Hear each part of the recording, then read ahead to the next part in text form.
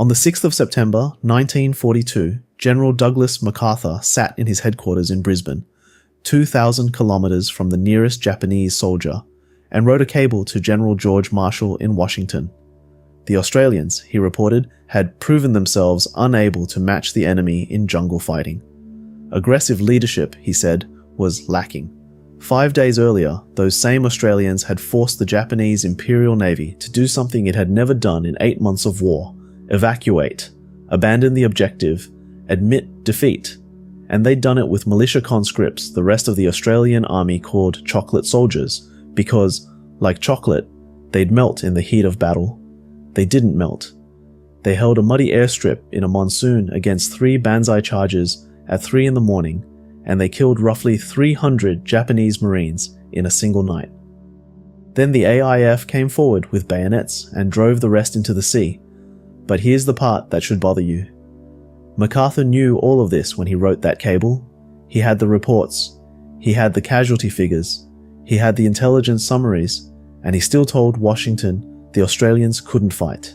This is the story of Milne Bay, the first decisive land defeat of Japan in the Second World War, won by men their own army despised, and then buried by a general who couldn't afford to let Australians look competent.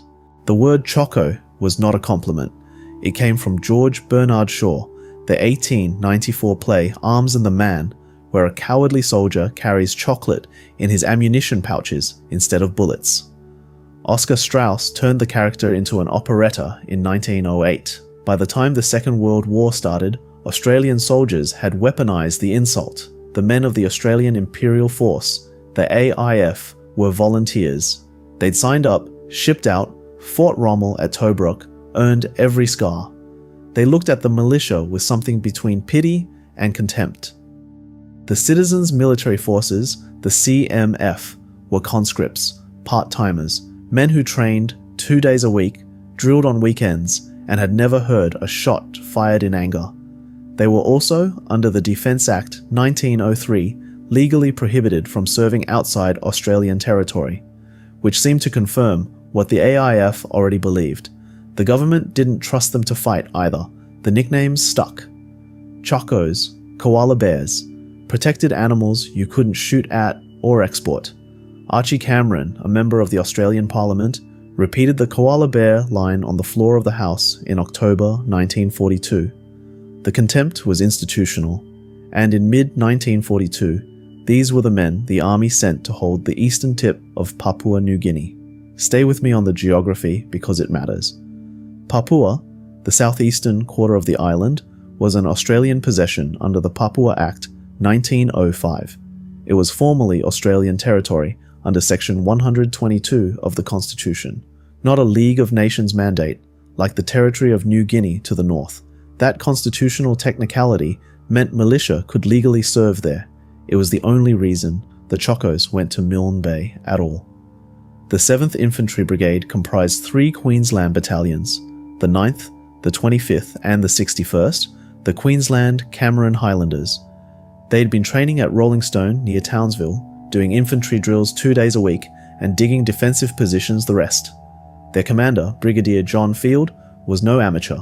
He'd led the 2nd 12th Battalion AIF at Tobruk and earned a DSO, but his men were green. We'd just begun the training program, Field later admitted, when we were ordered to Milne Bay. They arrived in July 1942 aboard the Dutch ship SS Tasman, and they landed in what might be the worst place on Earth to fight a war. Milne Bay is a sheltered V-shaped inlet at Papua's eastern tip, 35 kilometers long, 16 wide. The Stirling Ranges press in from north and south, 900 to 1500 meters of jungle-covered mountain, leaving a narrow coastal strip between rock and water. That strip is laced with rivers, mangrove swamps, coconut plantations, and mud. The annual rainfall averages 5,100 millimeters, 200 inches. During the battle, one 24-hour period dumped 610 millimeters. It rained every single day. The road, connecting the scattered villages along the north shore, Ahioma in the east, through Wagga Wagga, Goroni, KB Mission, Ruby, Kilabo, to Gili Gili in the west, was a dirt track 10 to 12 meters wide. When it rained, it turned to liquid. When it stopped raining, it stayed liquid because it never stopped raining. 3 airstrips were being carved out of the jungle. Number 1 strip, Gurney Field, near Gili Gili, was the operational fighter base. 1,510 meters long by 20 meters wide, surfaced with mast and mat, frequently underwater. Number 2 strip was deferred. Number 3 strip, near the village of Kilabo, was still being built by the US 43rd Engineers from the 4th of August. It was an unfinished clearing of open mud. That clearing would decide the battle. The man sent to command the defense arrived on the 13th of August, 1942. Major General Cyril Albert Close, Silent Cyril to everyone who knew him, though nobody used the nickname to his face. Close was born on the 11th of March, 1892 in Warwick, Queensland, the eldest son of an English-born dentist. He attended Toowoomba Grammar School, then entered the Royal Military College at Duntroon in 1911 as part of its inaugural graduating class.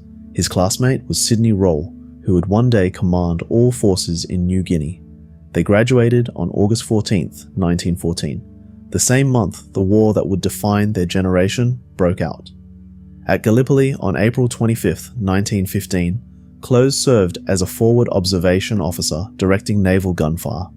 A fragment of shrapnel left him partially deaf for the rest of his life. On the Western Front, he earned a military cross at Bois-Grenier and a Distinguished Service Order at Villers-Bretonneux, where he positioned 9 brigades of artillery during the counterattack that broke the German advance in August 1918.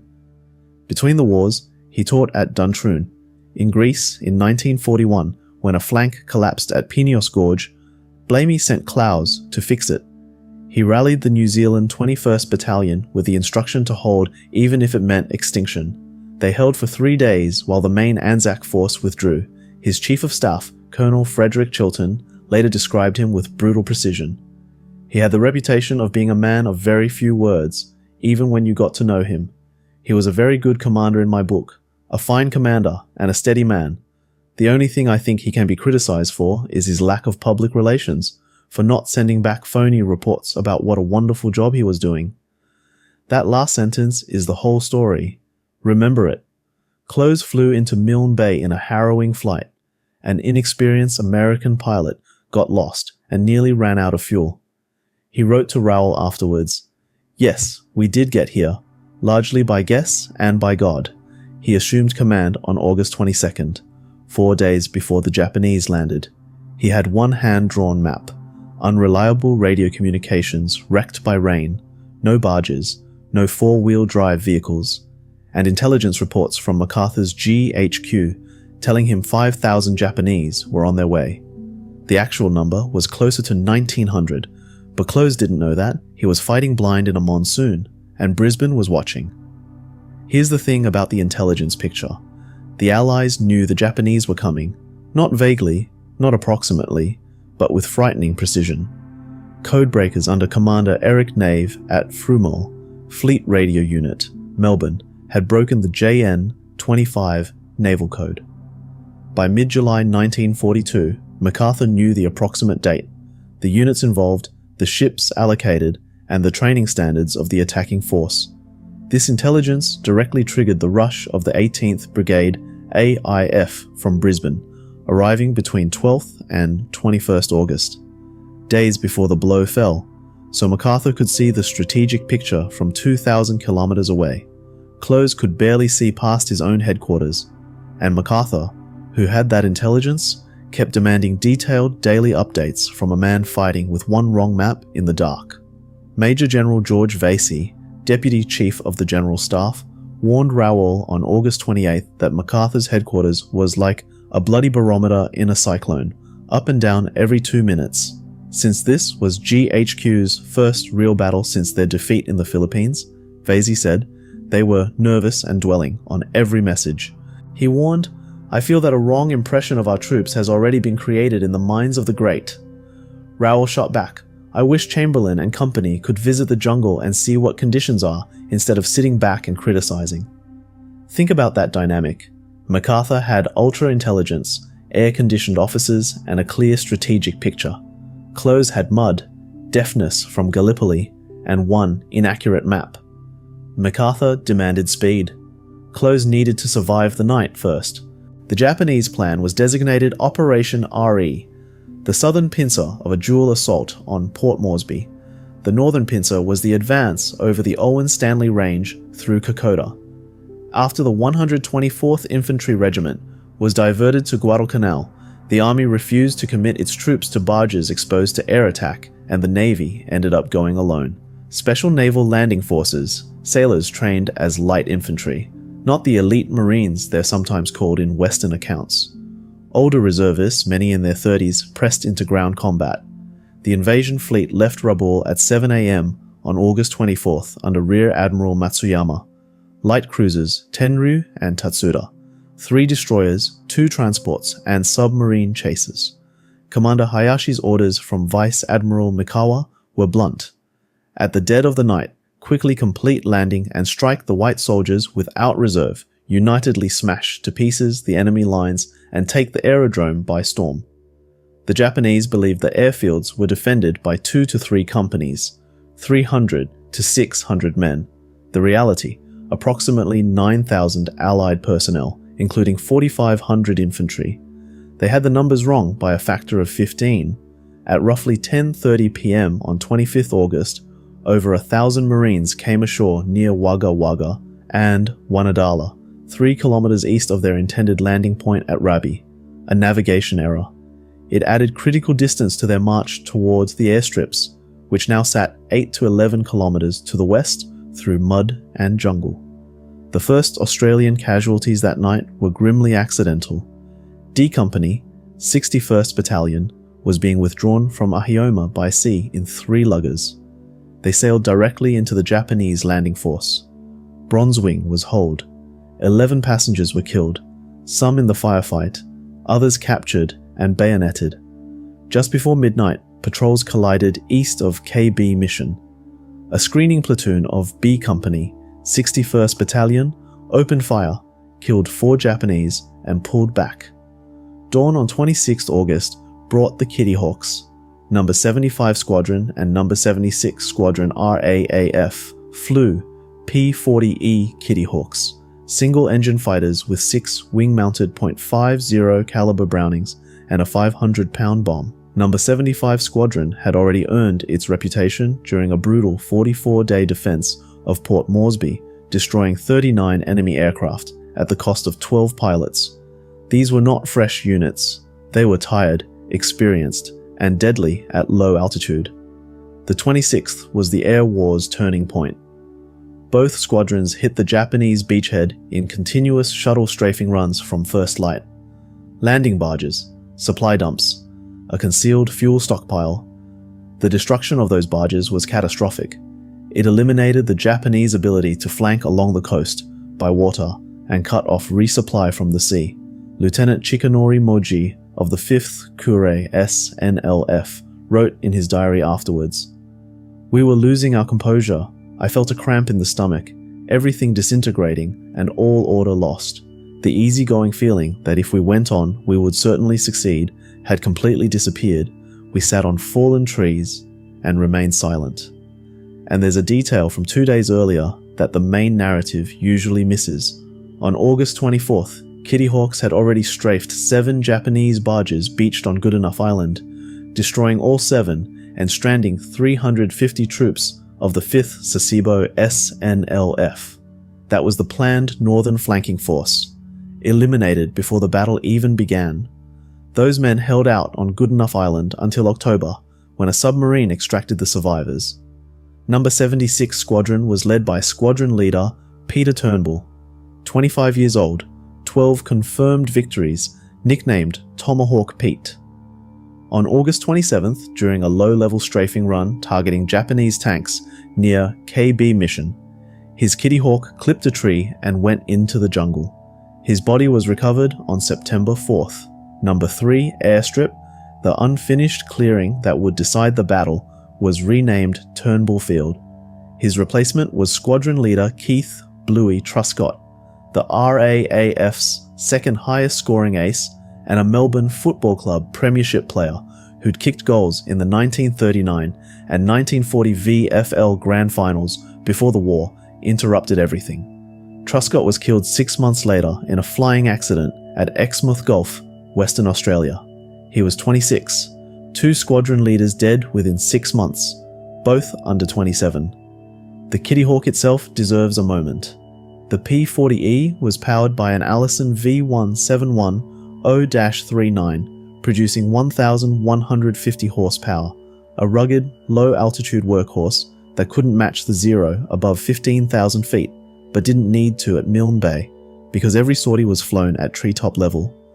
6 wing-mounted .50 calibers Browning M2s, roughly 235 rounds per gun. A 500-pound bomb on a centerline rack, 6 20-pound fragmentation bombs under wing. These weren't air superiority fighters. They were flying gun platforms, and the pilots used them as such, strafing, dive bombing, skip bombing across the water to hit barges. The ground crews who kept those aircraft flying worked in conditions that are hard to describe without sounding like exaggeration. Ankle-deep mud, continuous rain. After each sortie, they threw buckets of water over the fuselage and wings to wash off the caked mud because you couldn't inspect for damage through an inch of wet clay. Gun barrels were being replaced constantly, 300 barrels worn out across the campaign. Emergency .50 caliber ammunition had to be flown in by B-17 from Port Moresby because they were burning through stocks faster than supply chains could manage. Over 600 RAAF personnel were stationed at Milne Bay, and most of them never left the ground. They made the sorties possible. The nights belonged to the Japanese, and the nights at Milne Bay were a particular kind of hell. On 27th August, 2 Type 95 Hay-Go light tanks, 7.4 tons, crew of 3, 37mm gun, riveted armor only 6 to 12mm thick, attacked the 2nd 10th Battalion at KB Mission. They came with headlights blazing, machine gunning positions, trying to crush individual soldiers under their tracks. In the dark, in the rain, against troops who'd never seen a tank in combat, the psychological effect was enormous. The Australians had anti-tank weapons, sort of. The number 74 sticky bomb grenades were supposed to adhere to armor on contact. The adhesive failed. Tropical humidity. The surface was too wet. The grenades slid off and detonated in the mud. The 2-pounder anti-tank guns of the 101st Anti-Tank Regiment couldn't be dragged through the knee-deep mud to firing positions, but Corporal J.F.P. O'Brien had a Boys .55 caliber anti-tank rifle, a weapon most armies had written off as obsolete by 1942. At close range, against the Hay-Go's thin, riveted plates, it worked. O'Brien put rounds through the armor and knocked one tank out. He received the Distinguished Conduct Medal. The other tank bogged itself in the mud. Both vehicles were found abandoned on the 29th, roughly 4 kilometers west of KB Mission. One is now in the Australian War Memorials Collection, Hull, number 1614, acquired in 2005. The first Japanese armoured vehicle captured intact by the Allies. That same night, the 27th, English-speaking Japanese soldiers shouted, "Withdraw," in the darkness, trying to break Australian formations with confusion. A flamethrower was deployed at KB Mission, silenced only when an Australian threw grenades into the operator. A Japanese destroyer shelled positions from close inshore but couldn't depress its guns low enough to hit anything.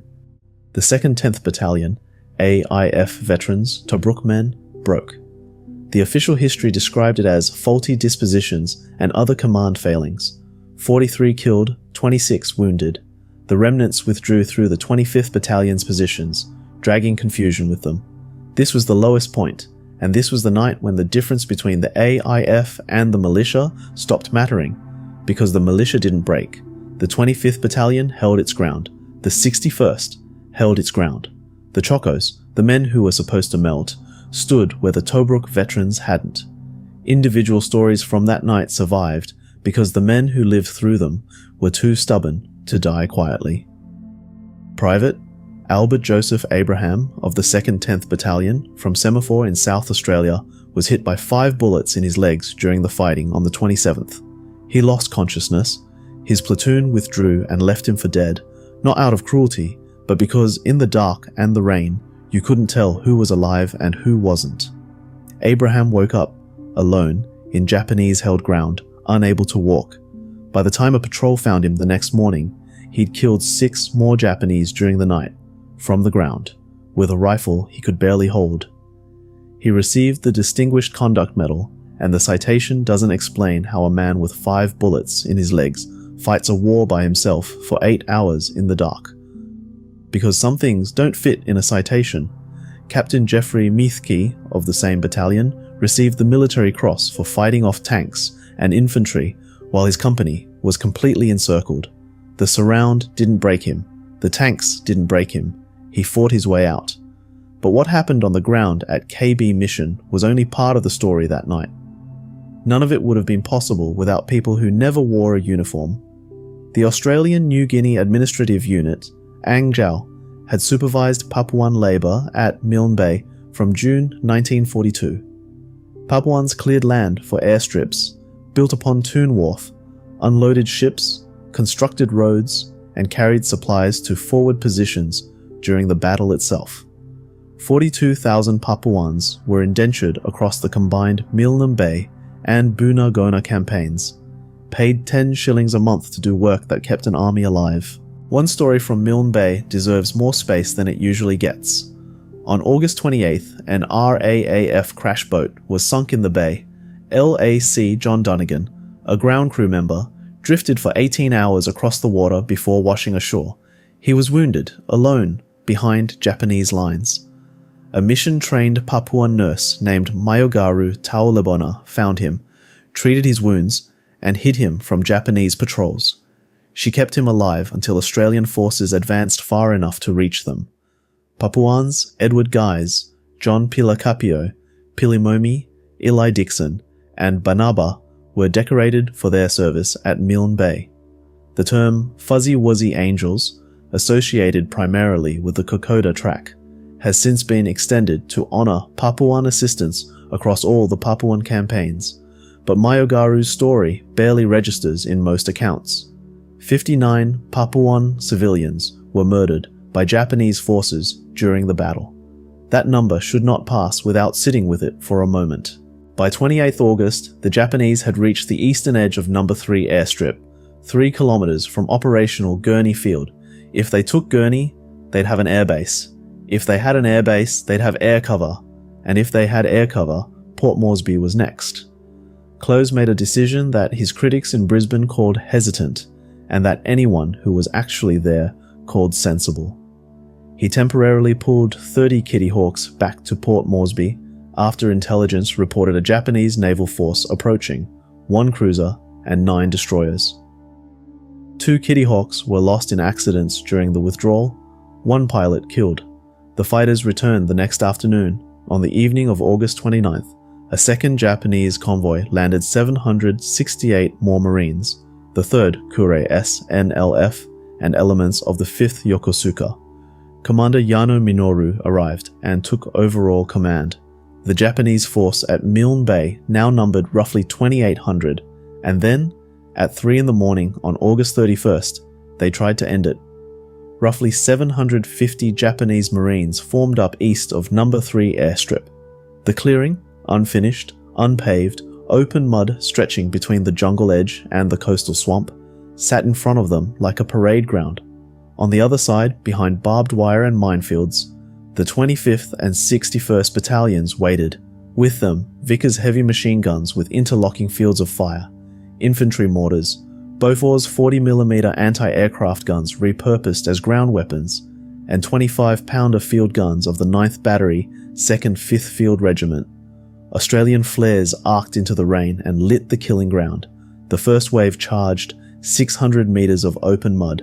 The Vickers opened up, 450 rounds per minute per gun, traversing on fixed lines, and the mortar crews dropped rounds into the mass. The first charge dissolved. The second wave came, same ground, same fire, same result.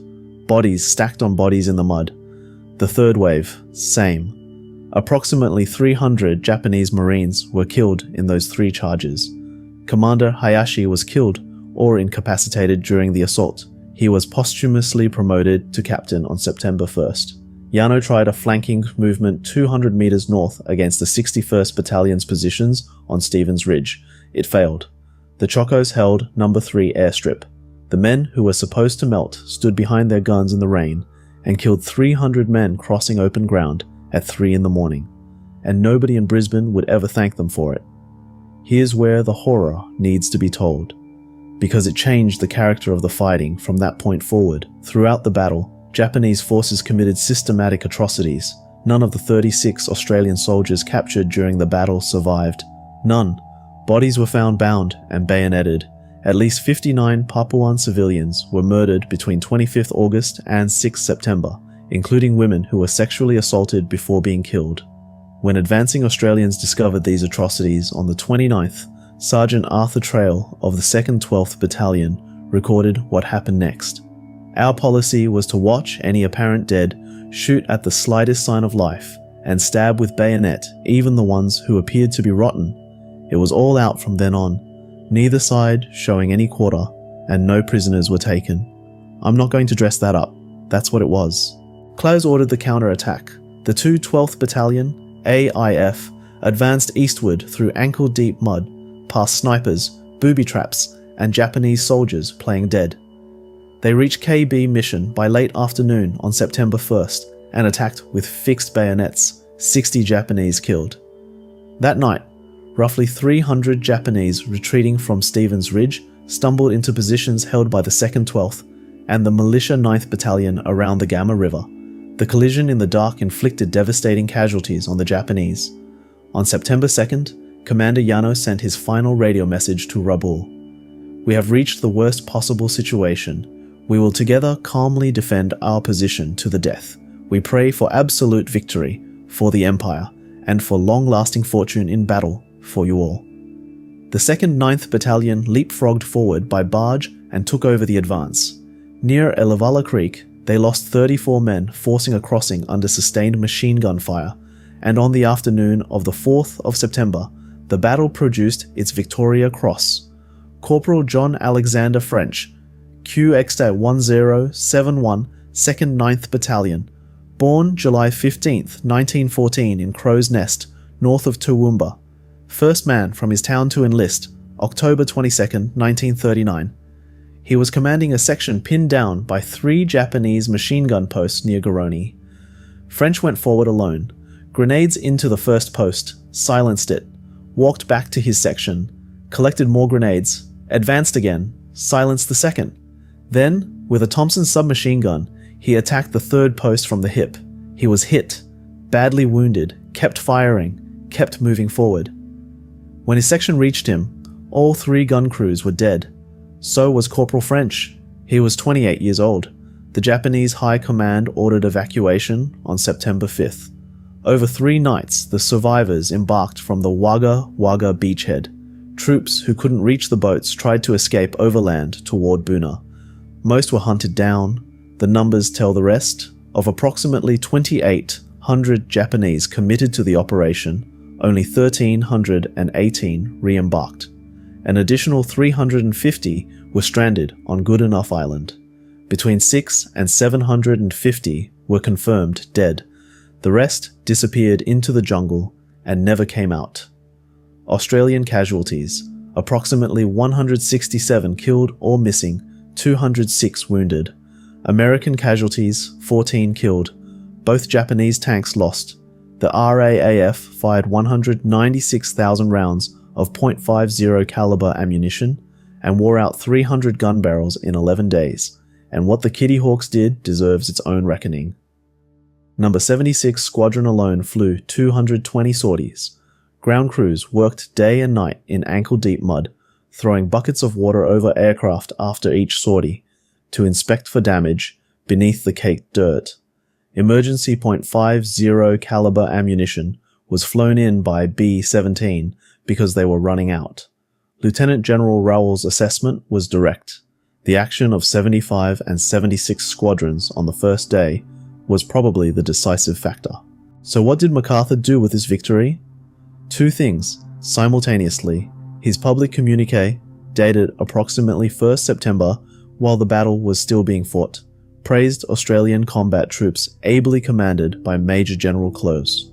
That was for the Australian newspapers. His private cable to Marshall on September 6th, when the Japanese were already evacuating, called the same troops unable to match the enemy in jungle fighting, and said, "Aggressive leadership is lacking." That was for Washington. And then the final twist.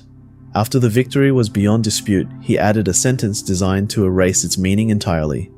The enemy's defeat at Milne Bay must not be accepted as a measure of relative fighting capacity of the troops involved. Read that again. He was telling Washington that even though the Australians had just inflicted Japan's first land defeat, this shouldn't be taken as evidence that the Australians were actually any good. Professor David Horner, the military historian, concluded, MacArthur's criticism of the Australian troops was a shameful attempt to protect his own position. And the pattern was systematic. MacArthur's press releases consistently described setbacks and defeats as Australian, but victories as Allied. After Roosevelt imposed censorship on Australian newspapers following a Coral Sea security breach, all reporters were restricted to MacArthur's daily GHQ communique, which he drafted himself. Veteran correspondents considered those communiques a farce. Both MacArthur and General Blamey determined that Close should be relieved for showing insufficient vigor. Blamey wrote to Rowell with a backhanded congratulation that managed to insult while praising, "I would like to congratulate you on the complete success of operations at Milne Bay, but it appeared to us here as though, by not acting with great speed, Close was liable to have missed the opportunity of dealing completely with the enemy. It appeared to us here, from Brisbane, 2,000 kilometers away, in an air-conditioned building, with ultra-intelligence Close didn't have, but someone said what MacArthur wouldn't. Field Marshal Sir William Slim, the man who retook Burma, one of the finest commanders of the war, wrote the assessment that matters. Of all the Allies, it was the Australians who first broke the spell of the invincibility of the Japanese army. Not MacArthur's Australians, not the Allied forces under MacArthur's command, the Australians. And Slim, who had no political stake in the matter, had no reason to exaggerate. One point needs settling, because it comes up whenever Milne Bay is mentioned. Was it really the first land defeat? The Battle of the Tanaru on Guadalcanal occurred on August 21, 1942, 4 days before the Milne Bay landings. US Marines destroyed Colonel Ichiki's force. Tulagi fell to the Marines even earlier, but those were tactical victories within an ongoing campaign. The Japanese kept attacking Guadalcanal for 6 more months. They didn't abandon the island until February 1943. Milne Bay was different. The Japanese invasion force was completely defeated, forced to evacuate, and compelled to abandon its strategic objective within 13 days. They never came back. General Rowell captured the distinction precisely. Milne Bay was the first time the Japanese had been defeated at a time and on ground of their own choosing. The Australian War Memorial uses the formulation that has held up to 60 years of scrutiny. The first significant defeat of the Japanese forces on land during the Second World War. After winning the first Allied land victory over Japan, Cyril Close was effectively punished for it. With Rowell sacked and Blamey hostile, Close spent late 1942 on leave, sick with malaria. By January 1943, Milne Force was redesignated the 11th Division, a backwater command with no prospect of glory. He spent the rest of the war commanding the Victorian Lines of Communication area, a desk. He received a CBE in 1943, a polite decoration for a man who deserved the battlefield recognition that went to others. After the war, he commanded Southern Command, then retired on June 1st, 1949, as an honorary lieutenant general. He spent his remaining years gardening and playing golf. He died on the 19th of May, 1968, at the Repatriation General Hospital in Heidelberg, Melbourne. He was 76. Silent Cyril to the end. His stepbrother, Captain Trevor Close, was killed at Gona on November 22, 1942, 2.5 months after Milne Bay. Brigadier Wooten of the 18th Brigade, by contrast, thrived under MacArthur's patronage. MacArthur called him the best soldier in the Australian Army. He commanded the 9th Division through Lae, Finschhafen and Borneo, was knighted, and chaired the Repatriation Commission until 1958. The difference between the two men's careers comes down to a single variable. One was good at what Chilton called public relations, the other refused to play. The 7th Brigade, the Chocos, served on. They deployed to Bougainville in 1944-45 and fought at Pearl Ridge and Slater's Knoll. Brigadier Field continued in the CMF after the war, working for the State Electricity Commission of Victoria. His superior, Lieutenant General Savage, called him the best of his commanders, a Monash-like citizen soldier. The term Choco was transformed. The official historian Gavin Long wrote, "The term Choco has been changed from a term of opprobrium to a title to be proud of, like the Rats of Tobruk or the Old Contemptibles." Today in Australia, Choco simply means a reservist, and it's worn without shame. But here's what sits with me. Before leaving Milne Bay in March 1943, soldiers of the 61st Battalion nailed 2 signs to a bamboo tree stump. One commemorated their dead. The other read, "This marks the westernmost point of the Jap advance, August to September 42. Think about what that means. The southern end of every Japanese advance in the Southwest Pacific, the furthest point they ever reached toward Australia, was stopped by a militia battalion on a muddy airstrip in a rainstorm, not by the AIF, not by the Americans, by the Chocos. An earlier sign had been nailed to a coconut tree stump nearer the battlefield. This marks the spot of the first land defeat of the Japanese army in the Pacific. A piece of tin on a tree. That was the entire memorial. Nobody knows where it is now. The Milne Bay Memorial was finally dedicated on November 1st, 2002, 60 years after the battle, on the foreshores of Hiwehiwe Beach at Alatau, a 3-meter granite column. At Turnbull Field, plaques mark the positions where the 61st Battalion fought and where the Banzai charges broke. There's a mass grave there too. 83 to 85 unidentified Japanese Marines, killed on the night of 31st August, buried in the mud they died on. And here's the question you have to ask. Why don't Australians know this story? Kokoda dominates the national consciousness. It lasted 4 months instead of 2 weeks. It crossed mountain terrain that photographs well. It had a dramatic arc of retreat and return. And Damien Perra's 1942 newsreel Kokoda Frontline won an Academy Award, the first Australian documentary to do so. Parra's footage of exhausted diggers on the track became the defining image of Australia's war. No equivalent film exists for Milne Bay. No one brought cameras to an airstrip in a monsoon at 3 a.m. Peter Williams, the historian, wrote that the Kokoda track fighting is second only to Gallipoli in the national consciousness.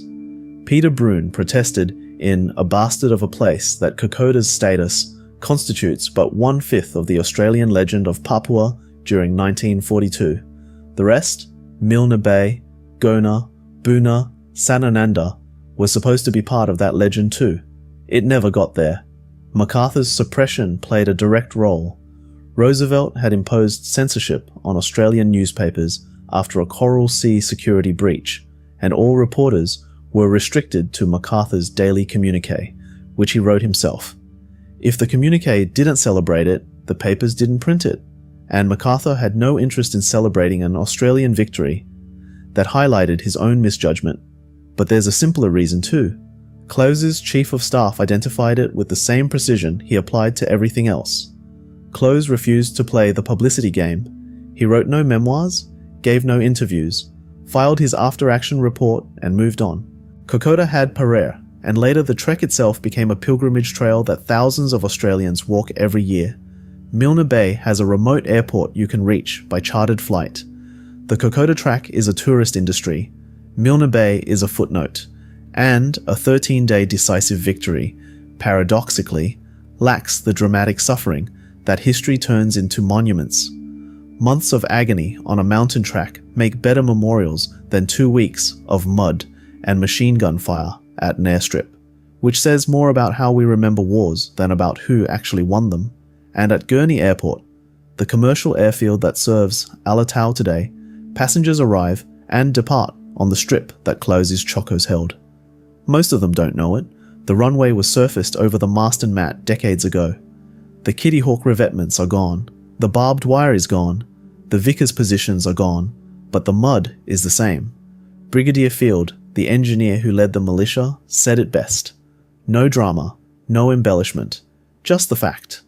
Small in comparison to some of the sustained and desperate fighting which took place in the Pacific, yet it was the first Australian victory against the Japanese invader and brought to a halt the long series of territorial gains which the enemy had seemed to achieve with relative ease. Henceforth the tide was destined to turn. He went back to work after the war, built things, fixed things. That's what they did.